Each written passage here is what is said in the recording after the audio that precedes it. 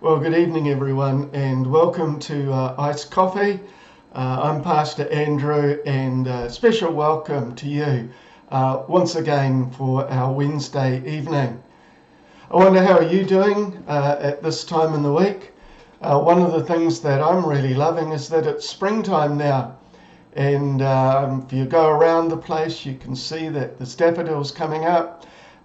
Some of the flowers and trees are starting to bloom. And it's a really nice and positive time simply to be out enjoying walks and the outdoors, particularly now we're in level 2 in Auckland. So wherever you are in Auckland or in the country, I hope things are doing well and you're enjoying this kind of positive season that we're in, at least as far as nature is concerned. Well, tonight's a little bit different. Rather than specifically teaching on a topic, previously we've been looking at the topic of the Holy Spirit. I wanted to do something different and really to do a little bit of musing, a little bit of thinking about what's going on in our world today. You see, I want to ask a question that we're all asking, even if we don't know it, because I think this is on a lot of people's hearts at the time. And the question is this: what is wrong with the world? What's wrong with this world that we live in? What on earth is going on? Now, I don't necessarily mean the weather or economics. I mean, when we look at what's happening in the world, we know there's certain things happening due to climate change. And we know there are just regular events that happen in different places of the world. We know that economies go through different cycles and we're all impacted by them, particularly by this virus, COVID-19. There's simply some things that human beings cannot control. But at the same time, you've got to ask, what's up with people? What on earth is happening around the world in human society? And so, for example, if we look at the news at the moment, what we see is that there's these ongoing battles virtually going on in some parts of the United States. You've got Antifada and Black Lives and other demonstrators clashing with what I suppose are called right-wing, sometimes white supremacist people, and they're almost having these battles in the streets. And there's this deep conflict at the different levels of government in the United States. If you look in China, we can see a rising level of oppression in that nation. And something that deeply concerns me is the potential genocide of over 2 million Muslims in Western China. And you've got to ask, what on earth is happening in that country? And even beyond that, just generally, there's been the whole response to COVID-19 in Western democracies. You know, New Zealand has done pretty well, but when you look around the rest of the place, you kind of ask, why is it that some countries just can't seem to get their act together? I want to offer you my opinion. It's just an opinion, something to speculate upon, and maybe even I'll convince you, we'll see. But I want to do a series on this, could be beginning quite soon, but what I believe is this, that Western civilization in particular, I can't speak for other civilizations, I haven't lived in Africa or China or South America, but Western civilization in particular, I believe, has forgotten how to produce good people. We no longer know how to form people of virtue and people of character. You see, I recently completed a master's thesis on spiritual growth, on how we grow spiritually, using two of the greatest Western theologians. Just forget that, folks, in recent years. That's Dallas Willard and N.T. Wright. Dallas Willard was sort of more prominent in the 1960s through to the 1980s, and N.T. Wright is still publishing. But both of them are deeply concerned about this question of how do we form people. And basically both of them argue that in recent years we've seen a dramatic shift in behavior in society in general. If we go back, they say, to the 1960s, what you noticed was that there was a new way of almost approaching life, of being human, that became quite prominent in Western cultures. Many of us kind of think of this as kind of like the hippie era, the free love era. Many of the restrictions that we encountered in that time were removed. The intention behind many people's lives was to live an authentic life, a life that was true to themselves, a life that would not be hypocritical following the lives of others. And so often this particular direction and approach to life, you'll hear people saying, you need to follow your heart. Be true to yourself and do whatever you want as long as you don't hurt anyone. I mean, we sometimes hear this in Christian circles, quite frequently in Christian circles, where the person might say, well, I'm not necessarily going to do what other Christians do because I just want to be true to Jesus in my own way.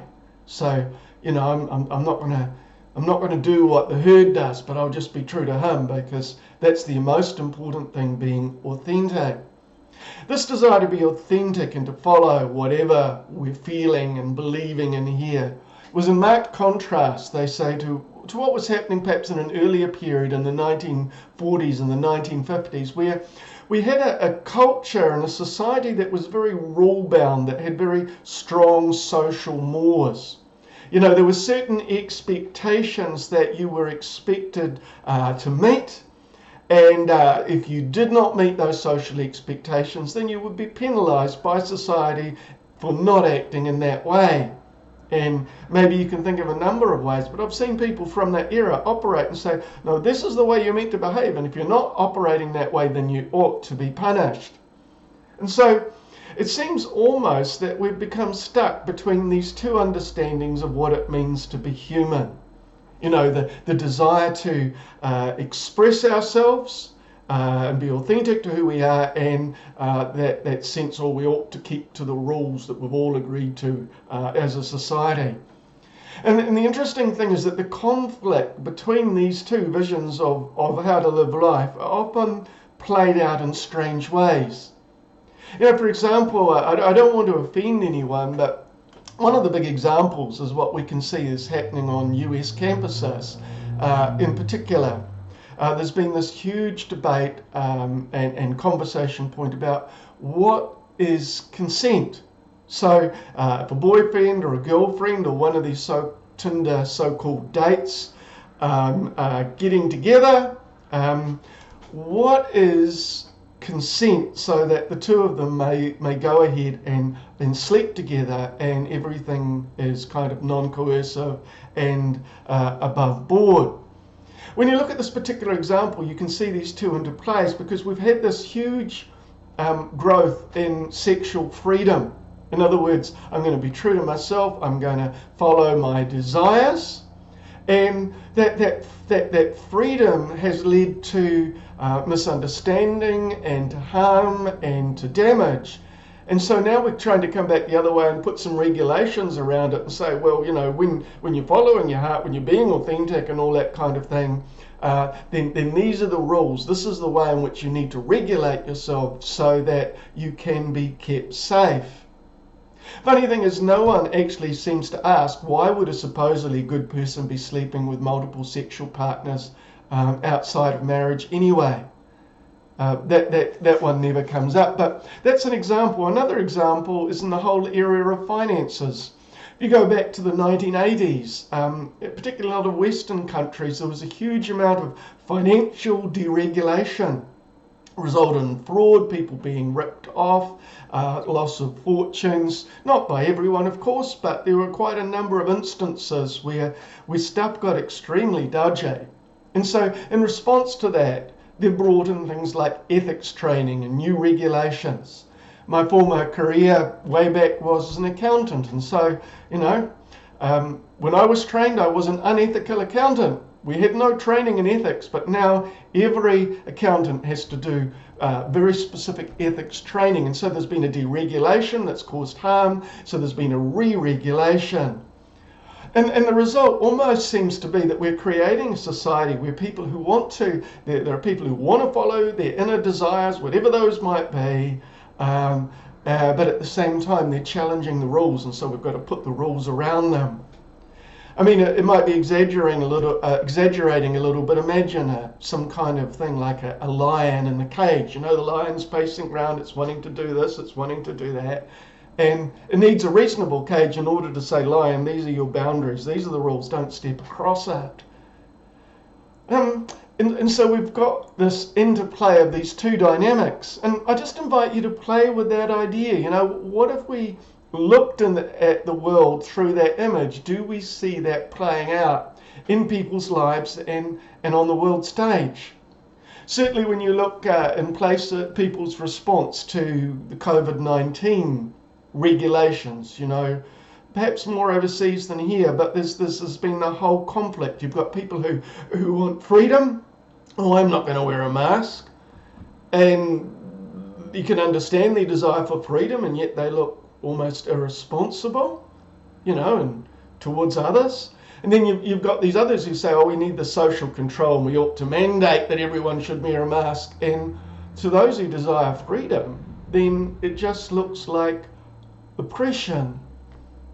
And what people don't seem to realise is that 100 or 200 years ago, Western civilization, if I can use that very broad term, had a third way, a way in between these two alternatives.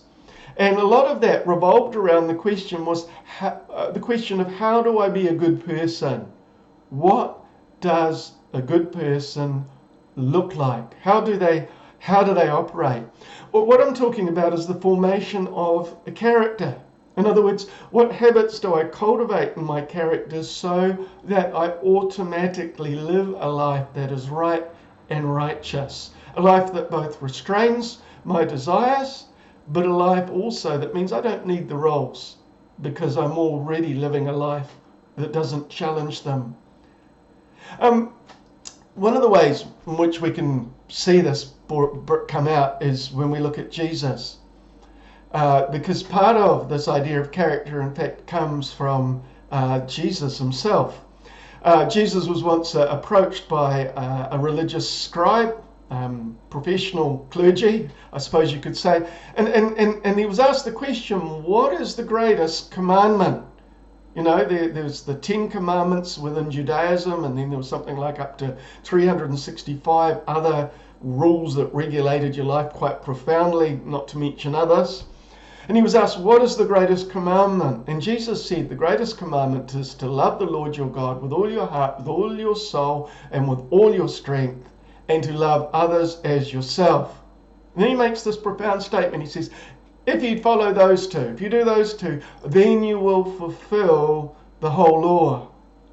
In other words, if you follow this attitude of love, if that's what you cultivate in your life, if that's what you base your life decisions and character upon, then you will automatically fulfill the regulations of the law, but you're not going to have to worry about them because you're never going to go near them because you are a person of integrity.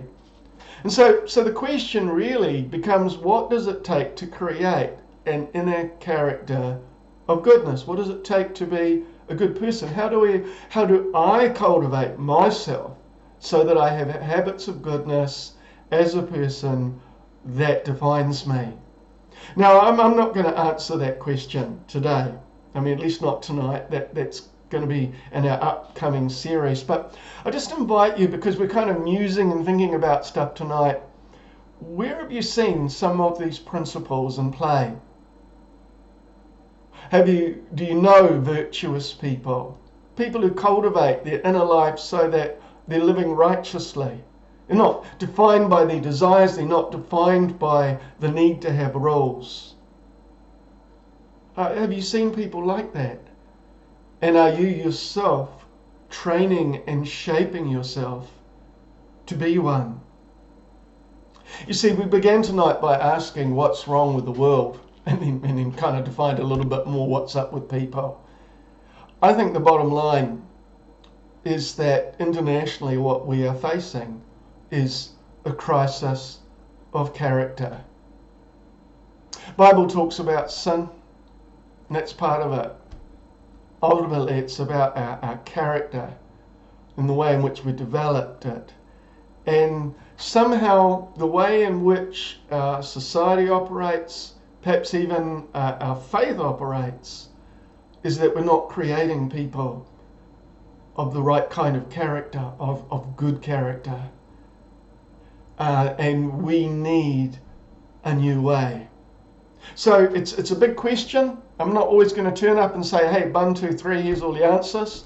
Sometimes it's important to know what are the important questions to be asking in life. The Bible was constantly asking, what does a righteous life look like? What does a good person look like? How do I cultivate myself? So I'll leave you with that question tonight. I hope it's something that you'll enjoy musing upon. We'll come back to it soon. But thanks for joining us this evening. If you'd like to become a regular following this channel, please subscribe to the YouTube on YouTube by clicking the button, the little subscribe button, and that way we'll keep you up to date when new posts are released. If you've got any questions that you want to pose, just send an email through. We'd love to hear from you. And until we meet again, may God bless you, may you enjoy the season of spring, and may God keep you safe in the palm of his hand. Amen.